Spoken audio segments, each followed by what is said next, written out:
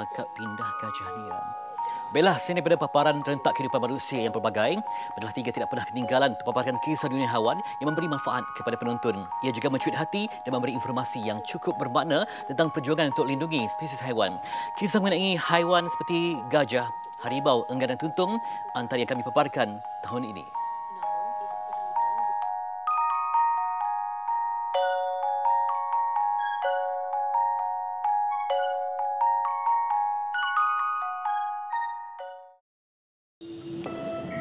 Di Johor, terdapat 4 daerah yang sering menerima laporan berkaitan konflik manusia gajah, iaitu Segamat, Kluang, Mersing dan yang paling banyak, Kota Tinggi.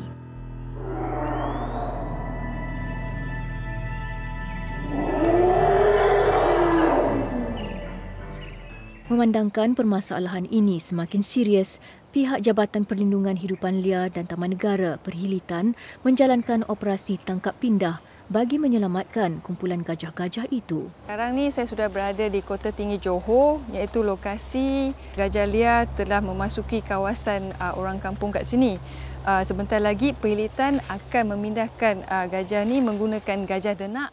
Abot dan Rambai, gajah denak dari Pusat Konservasi Gajah Kuala Gandah, Pahang, dibawa bagi membantu mengalihkan 2 ekor gajah liar betina itu ke hutan yang jauh daripada aktiviti manusia.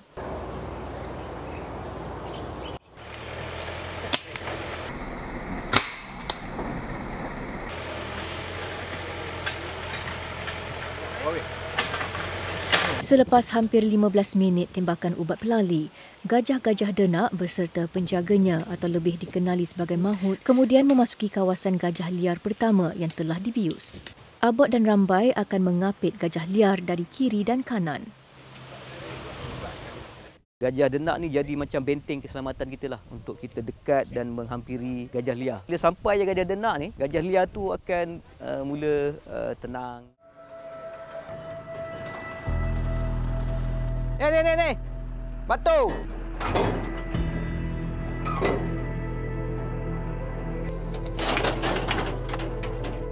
Proses seterusnya adalah pelepasan mamalia ini ke hutan simpan Johor. Pada hari yang sama, operasi tangkap pindah 2 ekor gajah liar di Johor. Bagi yang bertarung nyawa menyelesaikan misi ini, kepuasan mereka adalah ketika melihat mamalia itu kembali ke habitatnya tanpa gangguan manusia. Konflik haiwan dan manusia akan berterusan dalam arus pembangunan. Nasib dan masa depan mamalia gergasi ini begitu rapuh, tetapi kita semua berperanan untuk memastikan gajah tidak pupus dari muka bumi. Di pulau kegemaran ramai ini, bertempat di Kampung Teluk Nipah, terdapat seorang warga emas yang mengejar impian mengusahakan rumah tumpangan. Nurdin Bakar, 64 tahun atau lebih mesra disapa Pak Din, bukanlah calang-calang orang. Datuk kepada 4 orang cucu ini terkenal dengan kebolehan menjinakkan burung enggang liar. Rata-rata sangat teruja dan tidak sabar untuk menjadi saksi kepada keajaiban alam semula jadi yang bakal berlaku di hadapan mata mereka. Pak Din mempunyai cara tersendiri mengumpan tetamu bersayapnya. Pada mulanya, kepelbagaian jenis buah-buahan menjadi habuan burung-burung enggang ini. Tetapi sejak Pak Din mendapat khidmat nasihat beberapa pencinta burung yang arif mengenai pemakanan haiwan ini, pisang awak menjadi pilihan.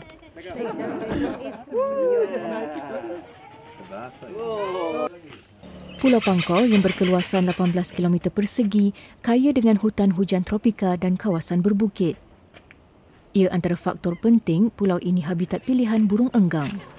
Kepadatan penduduk pulau yang agak sederhana juga antara sebab pulau ini sesuai untuk membiarkan burung itu, kerana di sini konflik antara manusia dan haiwan liar tidak wujud.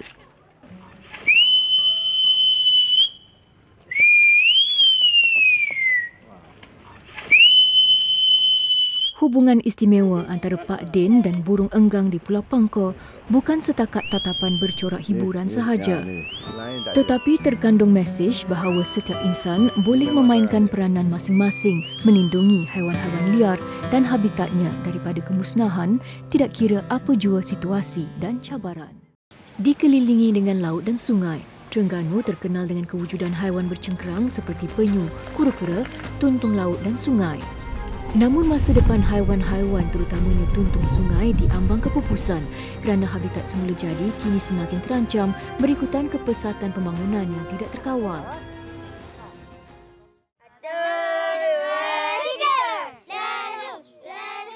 Tidak mengambil enteng akan hal kepupusan reptilia itu, Persatuan Badan Bukan Kerajaan Turtle Conservation Society mengambil inisiatif mengadakan aktiviti melepaskan anak tuntung bersama segelintir kanak-kanak di tebing Sungai Pasir Gajah Kemaman untuk memupuk rasa tanggungjawab dan kasih kepada haiwan ini dalam kalangan generasi muda.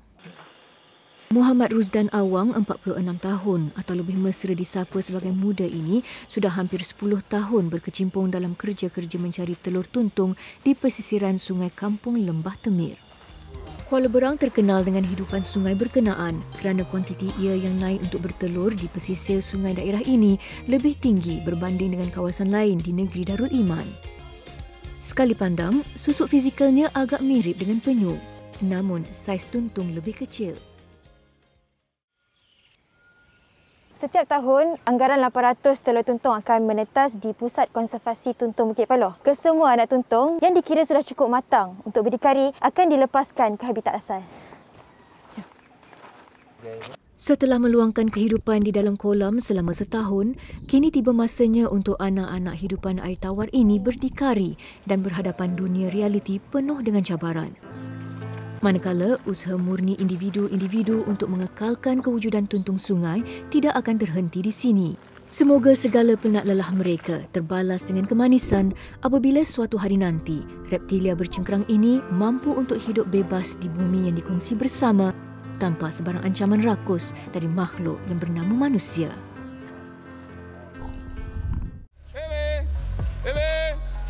Muhammad Suhaimi Osman, 47 tahun, antara petugas yang diberi tanggungjawab menjaga kucing besar berbelang di Zoo Taiping. Pelawat teruja melihat aksi Suhaimi.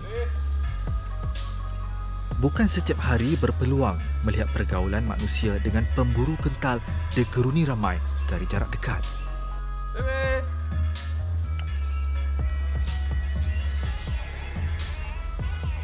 Baby, nama harimau belang betina ini. Ia antara 3 ekor harimau dewasa di Taman Mergas Tua tertua di Malaysia. Baby, ikon penting Zoo Taiping.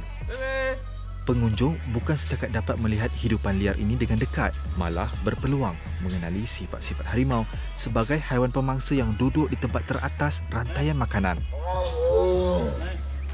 Menariknya, ketika negara dilanda pandemik COVID-19, Zoo Taiping dikejutkan dengan berita mengembirakan. Pada tanggal 12 April, Zoo Taiping mencatatkan sejarah apabila Baby melahirkan 3 ekor anak harimau. Ketika penggambaran majalah 3, anak-anak harimau baru berusia 4 bulan. Suhaimi dan Muhammad Nasrul Syafiq antara 3 orang petugas menjaga kebajikan haiwan berkenaan di dalam premis ini. Puntum, Teja dan Bayu kini kebanggaan Zoo Taiping kerana anak-anak harimau ini bukti program pembiakan harimau dalam kurungan berjaya. Tetapi hakikatnya program konservasi melalui pembiakan dalam zoo bukan jawapan mengatasi masalah kepupusan harimau di habitat semula jadi.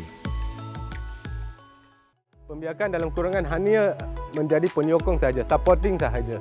So cara kita membuat dia adalah dengan membiak harimau belang supaya kita ada bilangan yang lebih banyak dan juga lebih stabil dari segi genetik dia dan sebagainya.